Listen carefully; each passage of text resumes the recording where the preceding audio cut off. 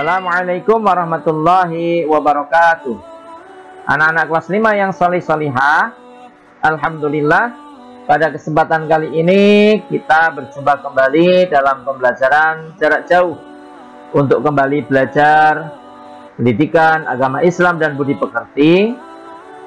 Dan pada kesempatan kali ini materi kita masih sama, yaitu tentang Rasulullah idolaku. Submaterinya atau subtemanya yaitu kisah keteladanan Nabi Ilyas alaihi salam. Baiklah anak-anak, sebelum kita mulai, marilah kita membaca doa terlebih dahulu. Kita memohon kepada Allah Subhanahu wa taala. Bismillahirrahmanirrahim. Rabbi zidni ilma warzuqni fahma. Mudah-mudahan dengan doa tersebut kita diberi tambahan ilmu oleh Allah Subhanahu wa taala dan kita diberi kemudahan untuk memahaminya.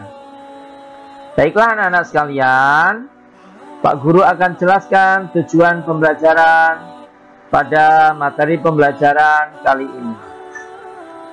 Anak-anak, setelah kalian mengamati dan menyimak baik-baik video pembelajaran ini, diharapkan kalian sebagai peserta didik dapat atau mampu yang pertama meyakini kebenaran kisah Nabi Ilyas alaihi salam. Yang kedua, kalian dapat menunjukkan sikap kerjasama sebagai implementasi atau penerapan dari pemahaman kisah keteladanan Nabi Ilyas alaihi salam dengan benar. Yang ketiga, kalian dapat menjelaskan sikap terpuji Nabi Ilyas alaihissalam dengan benar. Yang keempat, kalian dapat menjelaskan hikmah dari kisah keteladanan Nabi Ilyas alaihissalam dengan benar. Yang kelima, kalian dapat menceritakan kisah keteladanan Nabi Ilyas dengan benar. Baiklah anak-anak, silahkan perhatikan baik-baik kisah Nabi Ilyas berikut ini. Nabi Ilyas adalah salah satu dari 25 nabi yang wajib diketahui.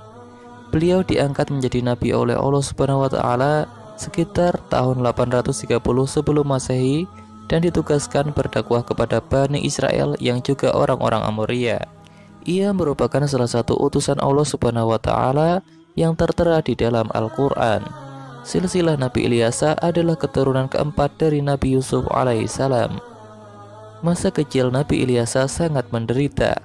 Ia hidup bersama ibunya. Atas izin Allah Subhanahu wa taala, mereka berdua dipertemukan dengan Nabi Ilyas alaihissalam yang saat ini sedang dikejar-kejar oleh kaumnya yang ingkar. Waktu itu Nabi Ilyas masuk ke rumah Nabi Ilyas yang saat itu masih kecil dan sedang terbaring sakit. Atas doa Nabi Ilyas kepada Allah, maka Ilyas kecil dapat sembuh dan bangun dari tidurnya. Kemudian ia dijadikan anak angkat atas seizin ibunya. Nabi Ilyas alaihissalam sering membawa serta Ilyas kecil saat berdakwah. Ilyas turut menemani Nabi Ilyas alaihissalam ketika bersembunyi di dalam gua saat menghindari kejaran sekelompok Bani Israel. Dikisahkan pada saat itulah Ilyas muda mulai diangkat menjadi nabi. Nabi Ilyas tidak membawa ajaran baru. Ia melanjutkan ajaran tauhid dari Nabi Ilyas alaihissalam dan berdakwah kepada kaum Bani Israel. Suatu hari ada kisah Nabi Ilyas alaihissalam. Beliau bersama beberapa pengikutnya mendatangi suatu daerah dan bahwa sumber air yang mereka miliki telah rusak, berbau dan tidak dapat diminum. Kemudian Nabi Ilyas berdoa kepada Allah dan memohon petunjuk. Setelah itu Nabi Ilyas menebar beberapa genggam garam ke dalam mata air yang telah rusak itu. Alhamdulillah, berkat mukjizat Allah Subhanahu wa taala, mata air tersebut menjadi bersih dan tawar sehingga dapat diminum kembali.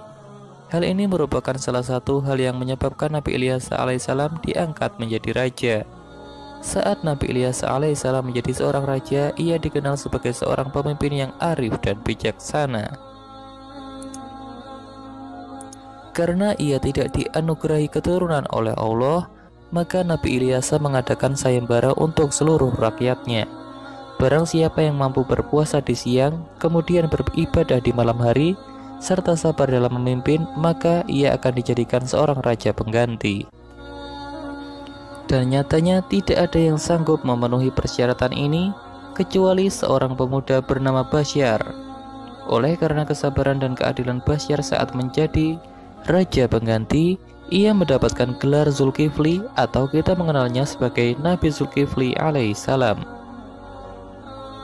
Dalam surat Sad ayat 46 di dalam Al-Quran berbunyi sebagai berikut. Dan ingatlah akan Ismail, Ilyasa, dan Zulkifli, semuanya termasuk orang-orang yang paling baik. Dalam satu riwayat disebutkan bahwa semasa kepemimpinan Nabi Ilyasa alaihissalam, kaum Bani Israel dapat hidup tentram, makmur, damai, karena berkat ketaatan dan berkat ketakwaan mereka kepada Allah Subhanahu wa Ta'ala dan Rasulnya, yaitu Nabi Ilyasa alaihissalam. Demikianlah anak-anak sekalian, kisah tentang keteladanan Nabi Ilyasa alaihissalam. Dari kisah tersebut, hikmah atau pelajaran yang dapat kita ambil, yaitu yang pertama, hendaknya kita bekerja sama untuk mencapai tujuan yang baik, sebagaimana yang telah dilakukan oleh Nabi Ilyas alaihissalam dan Nabi Ilyasa alaihissalam. Mereka berdua bersama-sama berdakwah kepada kaum Bani Israel untuk kembali menyembah Allah Subhanahu wa Ta'ala, untuk taat kepada Allah Subhanahu wa Ta'ala. Kemudian yang kedua, kita harus senantiasa taat, bertakwa dan berbakti kepada Allah Subhanahu wa Ta'ala dan Rasulnya. Karena dengan ketaatan dan ketakwaan kita kepada Allah dan Rasulnya, maka hidup kita akan bahagia baik di dunia maupun di akhirat. Anak-anak, sebagai bahan evaluasi untuk mengetahui sejauh mana kalian menguasai materi tentang kisah keteladanan Nabi Ilyasa alaihissalam, maka silahkan kalian kerjakan soal-soal penilaian harian berikut ini. Untuk Romawi 1, isilah titik-titik di bawah ini dengan jawaban yang benar. Nomor 1, Nabi Ilyasa alaihissalam adalah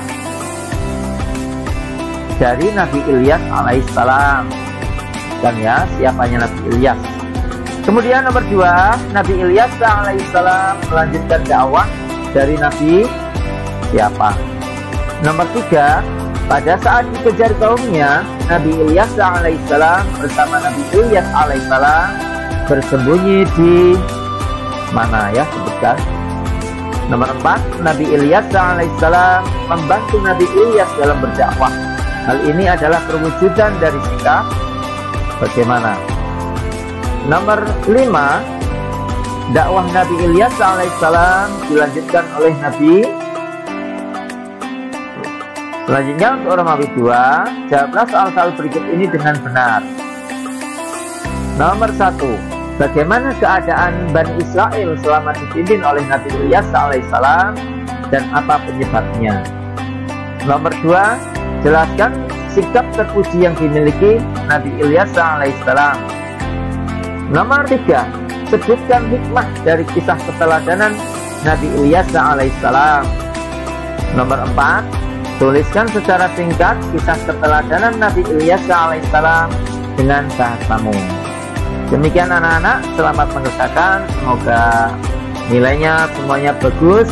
Dan marilah kita akhiri saja pembelajaran kita dengan membaca hamdalah. Alhamdulillahirabbil alamin. Kurang lebihnya dari Pak Guru cukup sekian. Dan mohon maaf apabila ada kekurangan dan kelebihannya. Billahi taufiq wal hidayah.